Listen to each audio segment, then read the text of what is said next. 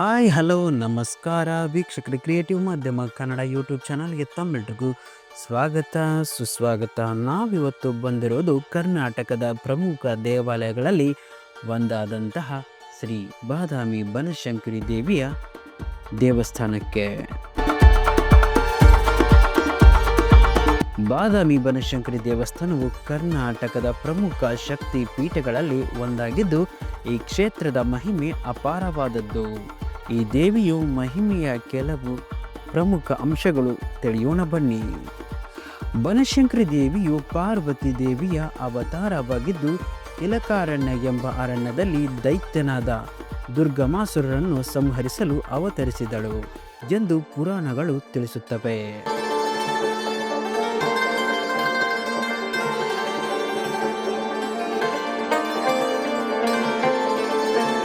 ಕಾಡಿನಲ್ಲಿ ನೆಲೆಸಿರುವುದರಿಂದ ಈಕೆಯನ್ನು ವನಶಂಕರಿ ಅಥವಾ ಬನಶಂಕರಿ ಎಂದು ಕರೆಯಲಾಗುತ್ತದೆ.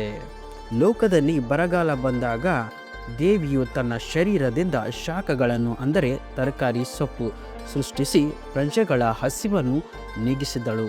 ಆದ್ದರಿಂದ ಈಕೆಗೆ ಶಾಕಾಂಬರಿ ಎಂಬ ಹೆಸರು ಇದೆ. ಬಾದಾಮಿಯ ಚಾಲುಕ್ಯ ಅರಸರು ಈ ದೇವಿಯನ್ನು ತಮ್ಮ ಕುಲದೇವತೆಯಾಗಿ ಆರಾಧಿಸುತ್ತಿದ್ದರು.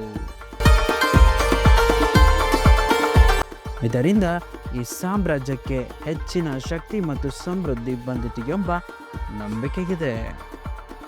ಇಲ್ಲಿನ ವಿಗ್ರಹವು 5 ಅಡಿ ಎತ್ತರವಿದ್ದು ಕಪ್ಪು ಶಿಲೆಯಿಂದ ಕೆತ್ತಲ್ಪಟ್ಟಿದೆ. ದೇವಿಯು 8 ಕೈಗಳನ್ನು ಹೊಂದಿದ್ದು ಸಿಂಹದ ಮೇಲೆ ಕುಳಿತಿರುವ ಭಂಗಿಯಲ್ಲಿದ್ದಾಳೆ. ಬಲಗೈಗಳಲ್ಲಿ ಖಡ್ಗ, ಗಂಟೆ, ತ್ರಿಶೂಲ ಮತ್ತು ಲಿಪಿ ಇದ್ದರೆ ಎಡಗೈಗಳಲ್ಲಿ ಢಮರುಗ, ಢಾಲು, ರುಂಡ ಮತ್ತು ಅಮೃತ ಪಾತ್ರೆಗಳಿವೆ.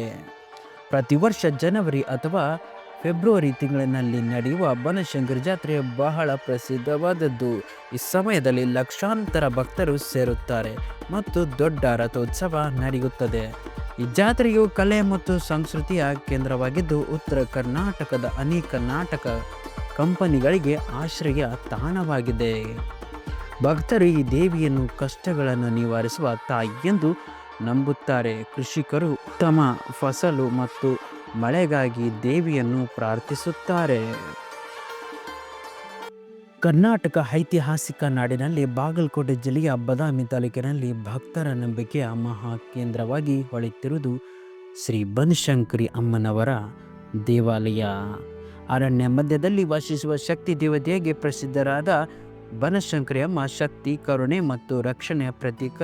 ಇಲ್ಲಿಗೆ ಬರುವ ಪ್ರತಿಯೊಬ್ಬ ಭಕ್ತನ ಮನಸ್ಸಿನಲ್ಲಿ ಭಕ್ತಿಯ ದೀಪ ಬೆಳಗುತ್ತದೆ.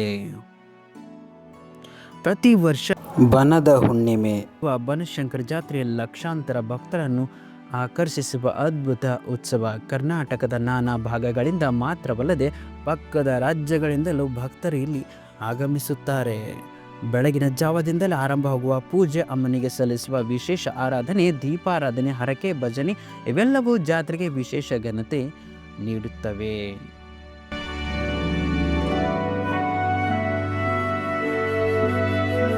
ಬಾದಾಮಿ ಬನಶಂಕರಿ ಜಾತ್ರೆ ಇದು ಒಂದು ಉತ್ಸವ ಅಲ್ಲ, ಒಂದು ಅನುಭವ.